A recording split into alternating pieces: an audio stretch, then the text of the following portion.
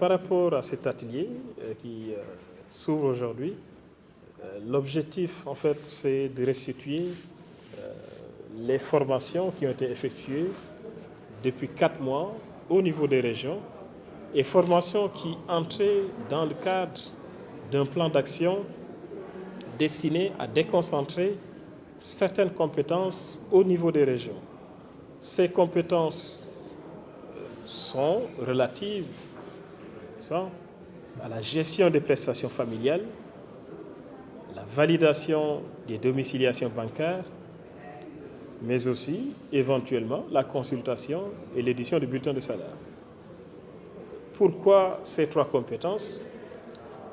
Justement, on s'est rendu compte que beaucoup d'agents de l'État se déplacent régulièrement, chaque jour, à Dakar, quittent leur lieu de service, les régions, pour venir faire ce genre de demande au niveau de la solde. Et je peux vous assurer que ce sont des milliers de demandes par an. Après ce constat, et surtout après avoir constaté que parfois ces déplacements peuvent malheureusement avoir un impact sur la qualité du service public, puisqu'un agent qui se déplace forcément, il bénéficie d'une permission, soit il a un congé, ou bien il ferme sa classe malheureusement, ou son bureau pour venir faire pareille demande. Il était important pour les autorités du ministère des Finances de trouver les solutions à cette problématique.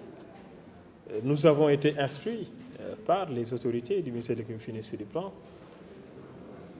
de trouver les meilleures solutions possibles et de manière rapide.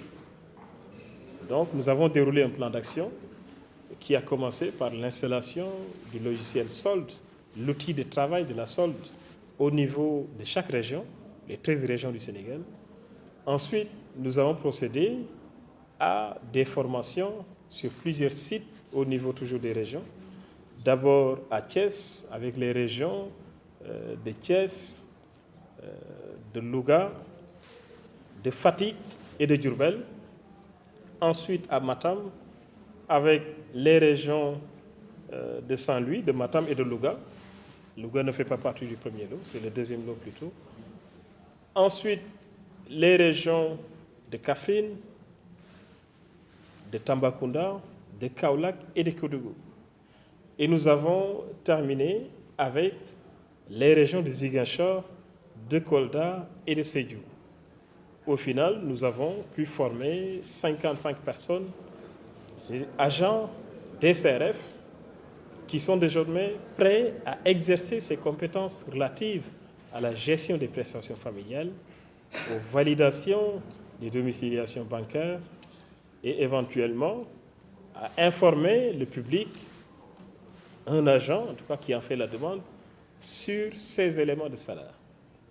L'objectif, bien entendu, est partagé avec les partenaires sociaux ici présents à ces rencontres. Les syndicats de la santé, de l'éducation assistent à cet atelier parce qu'également cela a constitué dans un passé récent une demande des syndicats qui est aujourd'hui totalement satisfaite.